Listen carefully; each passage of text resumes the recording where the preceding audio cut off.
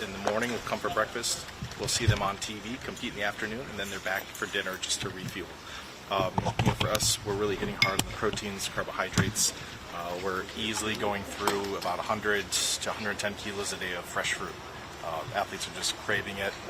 And then chicken, fish, we kind of rotate back and forth. And easily on a easy service, we're hitting about 20 kilos to 30 kilos of just chicken. So just lean proteins for the athletes just to be able to refuel. There's been some complaints about the food coming out of the Olympic Village, just it not fully supporting what the athletes' needs are in terms of training. Is that why they're coming here? Is that what you've been hearing? No, actually, for us, this is my 6th visit to Athletica. So, having the pleasure for working for Team USA, I've had the pleasure to work in both Beijing and in Tokyo. And our purpose is a high-performance center. It's also my day job in Colorado Springs. So we're there to produce the meals as the athletes are training. They, just like in a normal situation where they would go back to their house, they would go back to a different training venue. I've heard good comments from the athletes, but for us, we see it as a positive. They want to come eat our food. We see them each and every day at the training center in Colorado Springs. So it's a familiar face. So, they know who I am, who the chef Nick is. Flower, one of our sous chefs who's been with the Olympics and the U.S. Team USA for 31 years now. It's just like another face that they see, and they just know it's something that it's guaranteed amazing food, amazing quality. But there haven't really been any comments that you've heard about them? No, not that I've heard. For me, like I said, we're just serving them as they're here. They're in and out is pretty quick. So I'll get to the village sooner or later, so maybe I'll report back then. Any complaints about the weather? Too much rain? Too hot? No. It's having professional athletes. They're always either indoors, outdoors. They train for this. They're ready for this. I've worked with our partner with Coca-Cola. We've had enough water. I've had easily around 13,000 bottles of water. So we're making sure Team USA they know about staying hydrated and what they need to be prepared to be ready. And any issues with the commute between here and the athletes' village? How's that working? No, I think it's pretty quick. I haven't taken it yet, so we got in country July 9th, July 10th, and I've just been here setting up and just serving Team USA. So that's the best part of my job, and that's why I'm here. Could you maybe just walk us through the next few days until we actually start hitting the big days of competition, and what's the plan going to be? Well, luckily we've already had some of the big days. So as track and field, we were able to actually, we're here. We had TUI, so our Team USA welcome experience, where all the athletes come to get their kits. So that was their first opportunity to come to the dining hall and see what we're serving. And really, we're it's just moving through athletes. So numbers-wise, our largest lunch so far, we've had about 360 athletes that we served in one meal period, and all together by the end between Olympics and Paralympics. So I'll be here all the way through September 13th. It's my way home. We'll probably push through about 25,000 meals. So for some of us, it's pretty normal. It's just another day. A lot of athletes eat 2, 3, 4, 5 times a day. So they're hungry, and we're going to keep fueling them because that's what we're here to do. And you're sourcing the food locally. Yep. So we've got about 12 different vendors that we're getting fresh fruits, vegetables, meats. We had a chance to go down to Renges Market, look at a lot of different proteins. Rouge Label chicken is the best. They are really consuming it. So we're going to probably clear through easily around 5,000 pounds worth of chicken while we're here. Any challenges with just the type of produce and type of stuff you have available, or in a way is it just even better? The only thing that I had to bring from the U.S. was ranch powder, so we can make ranch dressing for our athletes, and we brought some Hershey's chocolate metals. So other than that, we did our normal shipment where we'll send in around 30 to technically it was 34 pallets worth of products. That's just a lot of protein powders that are NSF certified. A lot of the items that we can control the quality and control the ingredients on. And of course athlete favorites, because we want to make sure that the athletes have what they're used to, and that's us, Team USA. How tough is it meeting preferences? I'm sure every coach and every player has something different that is A1 for them. We've done this long enough, so that way we're always on board with what they're looking for. We always have a fish, we always have a chicken protein. We also always have a vegan or vegetarian protein, so we're able to always have options available. There's always pasta. So we're ready for them no matter what. sourcing your produce locally, is that a growing trend as well in terms of, like, I don't know, not shipping too much from abroad and we're following with some of the Paris standards where 80% of the product is coming sourced in country, and we're able to get a lot of the French produce. There's been a lot of good favorite things that we found in there. Some of the melons right now are just super sweet and super delicious, and we're super excited with what we're able to purchase. We were a late arrival, if you don't mind. Yeah. Just scope up the numbers that you're dealing with. Yeah, right now. so I said by the end of Paralympics, we should be at about 25,000 meals. All together, so we had 34 pallets worth of food that we shipped from the U.S. Just the small things that we couldn't necessarily find here. We've had about 5 visits that we were able to, go out and search all the markets here. So. We had a good shopping list put together. That's got to be daunting. I mean, you go out in a big box truck and hope for the best. Yeah, so it's we've got some partners here that we just gave them our list of what we're wanting, and every country when we do this, we always come up with some great partners. My French team that's here, we brought them to Colorado to work with us, so that way they're able to see what we do in the U.S. So they knew our standards. So now we're just working on the language barrier. Working on Google Translate. It's but I gotta say that food is universal.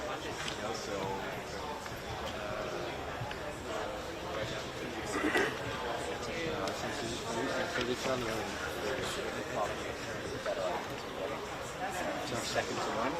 That's what I'm saying. The feedback that we've got from the athletes has been very, very good. Sorry. No, I was just going to say, are you aware of any other countries or delegations having like high performance centers? Yeah, other nations do that. Yeah. And since 4 days the competition starts, do you have a first word to say about the number of medals by the Team US? What I would say is firstly acknowledge the team as a whole, so 594 athletes on the team. As I said, each one of them have their own Olympic journey and their own story. And we're very excited by the performances we've seen to date, and we're looking forward to some great performances moving forward. Only a performance of Team US. Are you happy the first days of competition? Yes, we are. The results are good? Yes, we're happy, yeah. We're happy with the performances of the athlete, yeah. And what do the athletes think about the monuments of Paris in the stadium? For example, the Eiffel Tower near the beach volley or the things like that. Do they talk about that? Yes, they do. The venues are spectacular. And the venues, the locations of the events. So the venues are spectacular. They love competing there. I've had the opportunity to go to a number of venues and just really extraordinary, and a really extraordinary setup for competition. I was going to ask you about the atmosphere as well. Like, have they? Yeah. It's been 3-4 days now. Is it still building up, or? I would say the atmosphere firstly the atmosphere in the stadium is electric wherever you go. It doesn't matter what the sport is. So the French people are absolutely loving it. From what I can tell anyway, it's a phenomenal experience. And I think we're back to the excitement of the Olympics again. They're truly back to what the games mean, and we're seeing it play out in competition. It's really competitive fields, as you would expect at the Olympics. So a lot of exciting performances, and the atmosphere has been just extraordinary. What do you think about you said electric? It means EV or tense? I think tense, but also just joy, like genuine joy. I mean, I had the opportunity to watch Leon Marchand win the 400 IM. I was in the stadium when that happened, and that is a truly remarkable experience. That was exceptional, and so I felt privileged to be able to watch that race. And Carson Foster medal for Team USA, so that was good too. We were very happy. It was a brilliant performance by Carson. But yeah, when I say electric, I mean it is. There's nothing like the Olympics. Which sports do you actually cater for here? Because I suppose your facilities, you don't have installation for every sport. So which ones do you? So we should have. I think we'll have approximately 16 sports coming through. So colleagues will be able to give you the list of the 16. As I said, we're looking at on the Olympic side 300 athletes or so probably coming through, and then on the Paralympic side, I think we'll likely have close to 150 in 12 sports. Could you talk a little bit about the emotions and what you see on the ground here as the athletes are training? I imagine there's a lot of highs, also a lot of lows, and just a wave of emotions as they're coming through here competing for the biggest award in their life. So, yeah, there's a lot of emotion. And part of what we want to do in this environment here is ensure that when they come here, they can relax, right? Because the environment that they're going into, the competition environment, that's a very testing environment. So when they come here, it's about training, concentrating, and taking the opportunity then to sort of feel that home away from home experience. But yeah, we're seeing the ups and downs that come with competition, and the athletes are. These are, to make this team, you've got to be an incredible athlete. You'll have to have gone through some incredible experiences, and we're seeing that now. Would you say the importance of this training center? I know it was conceived around the Beijing Games, which might have been an extremely foreign environment for some of these athletes. Obviously, France, it's a little more Western. There's a lot more similarities. Do you think that you've kept it on just because you've seen such a huge benefit to these athletes? Is that sort of... Yep. It's so... that's exactly it. I mean, it's a huge benefit to the athletes. And that's the feedback that we get after each of the games. We take the opportunity to learn. How can we improve? How do we get better? And one of the constant themes that we hear is that having a high-performance center close to the Olympic Village with the right facilities is a real advantage for Team USA. So that's what we go after, and that's what we do. Do other nations have any facilities like this, or is this sort of a unique? Yes, they do. USA? Yeah, other nations do this. I'd like to think that we have the best, but certainly other nations do it, and we can say definitively that this is a great experience for us as staff, and more importantly for athletes and coaches. And is there a different feeling here than in 2020, 2021 in terms of just the athletes being back, their families being here? It seems like it's obviously a much different Olympic Games, and I'm wondering how that trickles down to the training center and the feeling amongst the athletes. Yeah, I mean, I went to track and field practice this morning, and they're working hard, but they're light. They're enjoying the experience.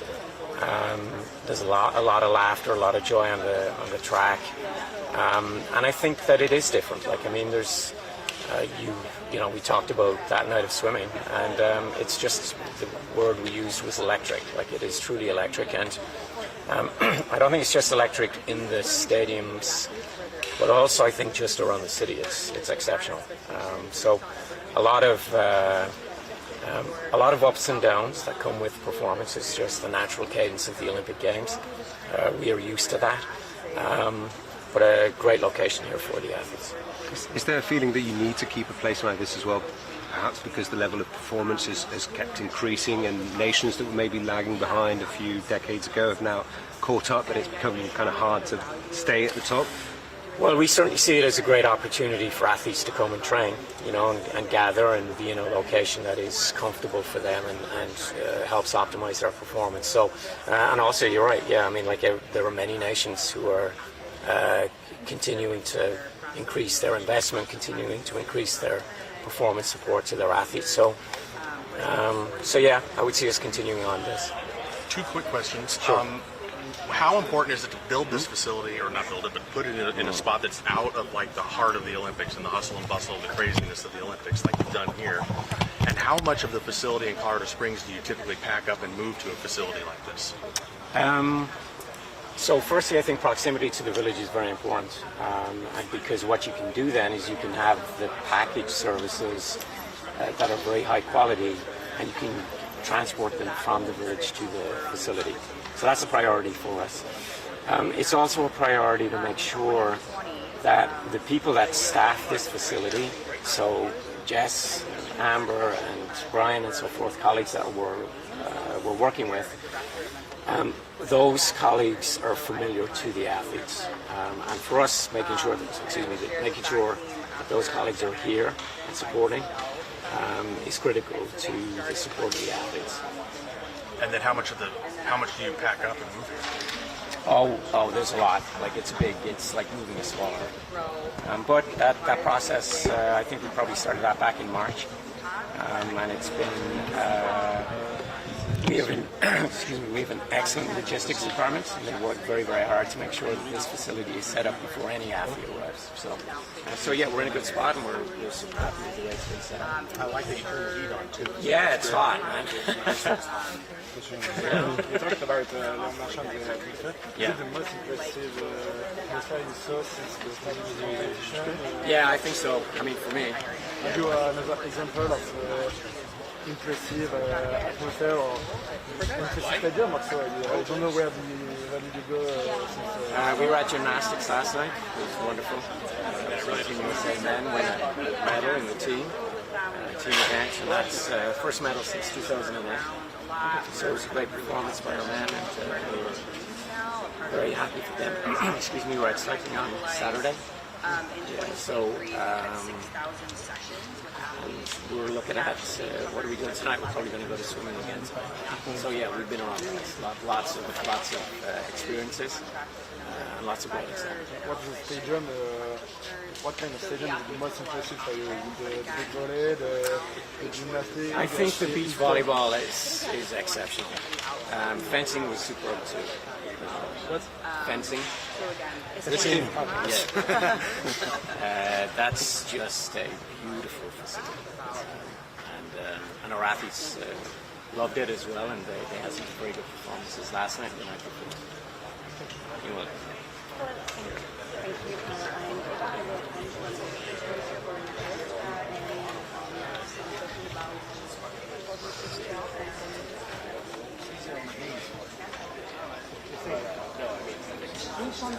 We did a story on one of Colorado. The story, we just aired it. It's awesome.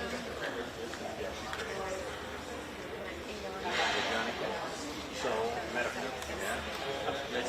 essentially, we just talked about this. That's not to me. But I don't want to be swearing out on the track.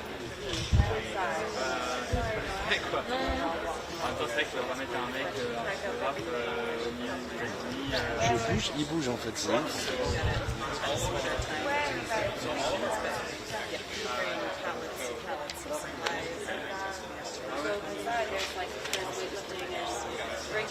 I forgot to pack Band-Aids.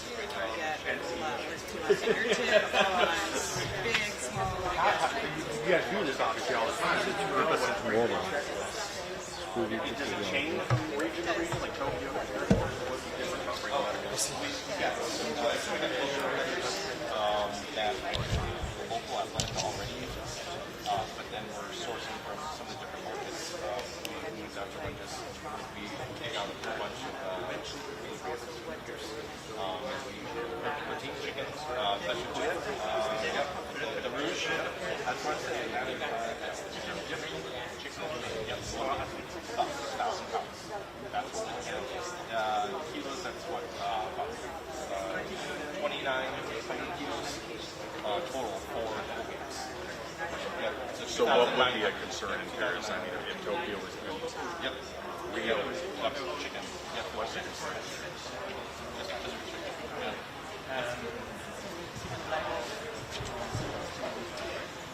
Yep, so, excuse me, our team size. Oui, parce que ça... Tu vas faire quoi? The costumes are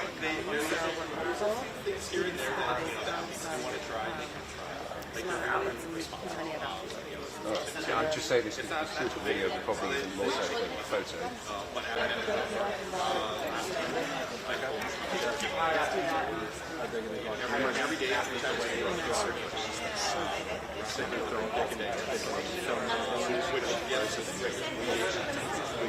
So we, last night, dinner time, so right 5 o'clock, you walk right in the door. But once you've kind of made contact, you can go out and take the drive. Yep.